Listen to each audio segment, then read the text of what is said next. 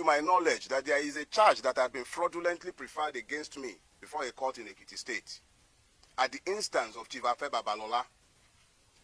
This charge had been fraudulently preferred, hidden from view, and the court had purportedly demanded my presence multiple times, and I had failed to appear before this court. And this court had then proceeded to issue a bench warrant for my arrest. This is classic Afe Babalola. I detailed his corruptive influence in my book, Nigeria and its Criminal Justice System. And what he has done is exactly what he has always done in hiding, but he has done it this time again.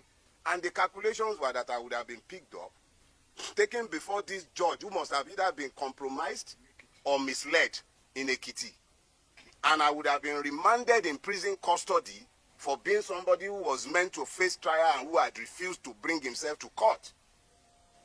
I am reliably informed that social media influencers had been paid to spin these narratives after my arrest. Human rights activists have been positioned to start speaking after my arrest, including one Agbaya. High offices in this country have been compromised in pursuit of my person. High offices, from the Inspector General's office, because the police have been subverted.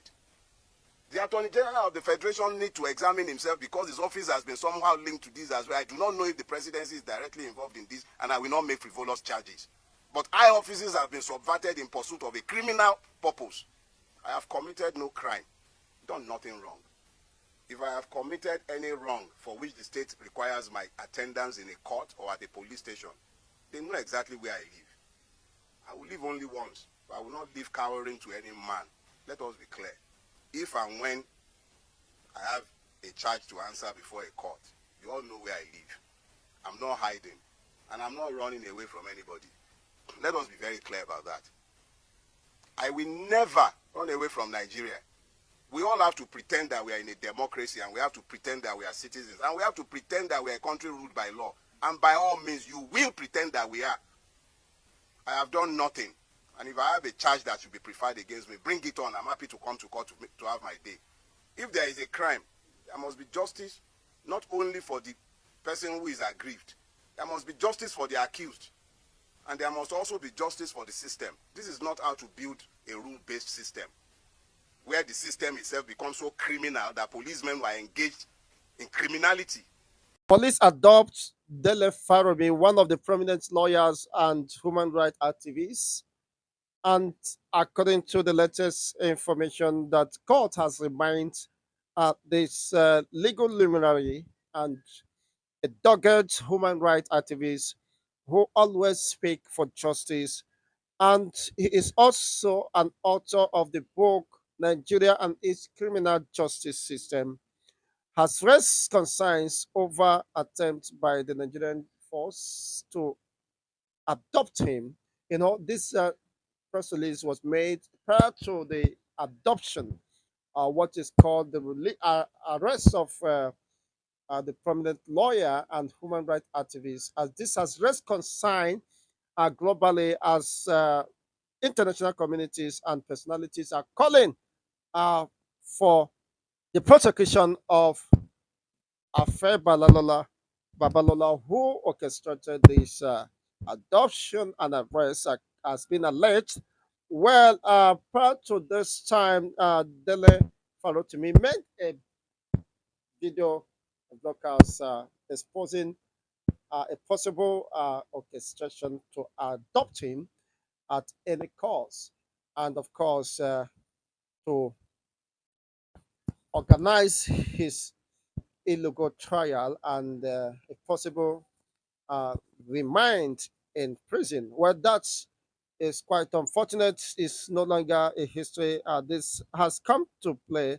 And now let's see what, as people continue to throw in their reactions and dissatisfaction over what surrounds, of course, his case or the way he's been involved. Peter Obi, the former presidential candidate of the Labour Party, has this to say. It's a handling of the case involving the human rights lawyer at Dele Farotimi runs foul of every democratic norms that guarantees freedom of expression and innocence until found guilty before the law courts. You can imagine the way he was being bundled as if, I mean, he's a most notorious or most wanted criminal ever been sought for. It's quite unfortunate. In that video, of course, as you listened, he said they know his house, they know where he resides. So if there's any reason, the police should invite him, and if there's any litigation against him, he should be served. He's well, of course, ready to defend himself as a law-abiding citizen. He has not committed any crime, but have expressed his right to expression and opinions on matters that borders on his existence and of course that concerns other Nigerians who has lost their voice. And Peter B went further to say that these are shady trials, of course, threatens democratic process and the right to fair hearing and the right of his freedom.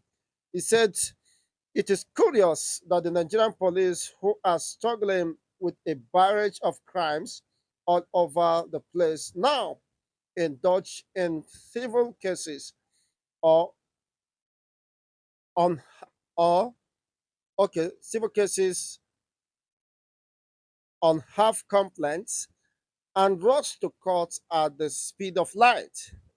Hearing that Dele Farotimi has been remanded in prison over an allegation of defamation is very disturbing. This development raises serious concern about the state of justice and freedom when viewed against the backdrop of the alarming rise in criminal activities across the nation. At a time when national effort should be directed toward addressing pressing issues such as insecurity, corruption, and economic challenges, it is disheartening to see the focus shifted to cases that appear to stifle critical voices. Matters of defamation are civil and should be treated as such, not turned into a tool of intimidation or erosion of fundamental rights. I do agree with Peter B in this respect because you cannot, I mean, double indulge yourself in civil matters. These are civil matters and should not use that as a way of suppressing, intimidating, and usurping people's fundamental rights because you can intimidate them or you've been paid to do that. Police should act within the ambits of the law. They should promote peace and not constitute whatever that will threaten the already uh, weakened security architecture within the Nigerian state. The strength of any democracy lies in its ability to tolerate differing opinions and uphold the rule of law without bias. That it lives in a democratic system where humans are governed and being governed by humans, where there is rule of law and such rule of law and the fundamental right of the citizens, I mean, are being protected, and that is the priority of any responsible, utmost priority of any responsible citizen or government to protect her the rights of the citizens, regardless of political interests or affiliations. I once again call on the authorities to ensure that justice is served impartially and to prioritize the urgent task of combating the real threats plaguing our nation. Thank you once again, Peter B, for these wonderful submissions. I think you've continued to lend your voice on matters of national concern as such, but then the reality is that those within the corridor of power or who controls the judiciary and the security operatives don't care about the safety, the rights of the citizens. Otherwise, they would have been behaving this way as if Nigerian, of course, doesn't, even the police force, we are not trained in their code of conduct and ethics how to respect the rights of the citizens. Even when they are being forced to do so or coerced to do so, would they always go against the position of the Constitution that recognizes the fundamental rights of people and the right to expression despite diverse opinions. Everybody has a right. We must not, of course, have the same opinion about the same matter. Yes, we beg to differ, to disagree, and of course, agree to move forward. That is what a healthy, vibrant society that entrenches democracy entails.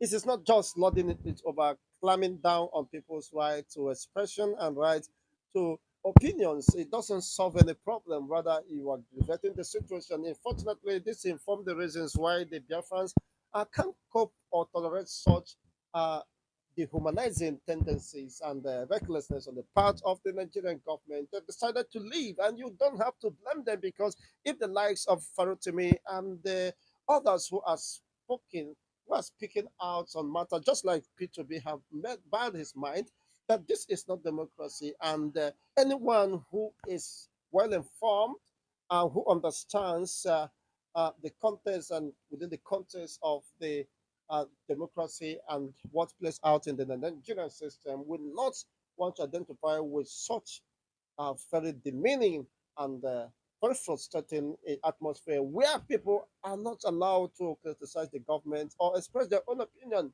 If peradventure there is an allegation of defamation, he should be, of course, taken to the court, charged to the court for such assault or battery, whatever they call it. Then the person should defend themselves, not taking laws into your hand or engaging the police who will intimidate you up and using the shortcut because you have the powers and you have the money to subjugate and intimidate people. Well, P2B and the many Nigerians across the world has raised these concerns, but what matters with the government comply with those in authority. Of course, a response to the, as Dele Farotimi have said, well, I'm not aware that the President Ahmed Bola Tinubu is involved in this, but he claims that high profile personalities, institutions has been compromised just to get him out of the way, criticizing them. But that could not solve any problem. Rather, will compound the problem of the Dublin Nigerians. All these streetful issues could not be used to silence the voice of those speaking out in order to get things running, in order to get things back on the right tracks to build an egalitarian society where people could be proud to be identified with. But unfortunately, this keep eluding within the Nigerian state. But how long will this continue? Only a matter of time.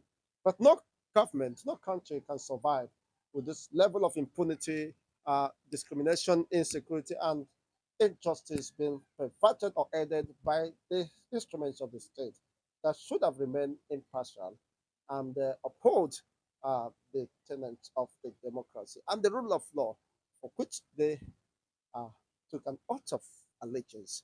Thank you once again for watching. Let's get to know what is your own reaction regarding this as we continue to bring your way more interactive, inciting informations and analysis here in Wave TV. Keeping it trade has been a commitment. And to this end, we come your way. Thank you once again for watching. Don't forget to hit the like button, subscribe, and share. And you could as well as support us via the super chat buttons as being provided by the YouTube algorithm. Thank you once again. Wishing you the United Seasons and all the best of the rest of the seasons. Thank you and bye for now.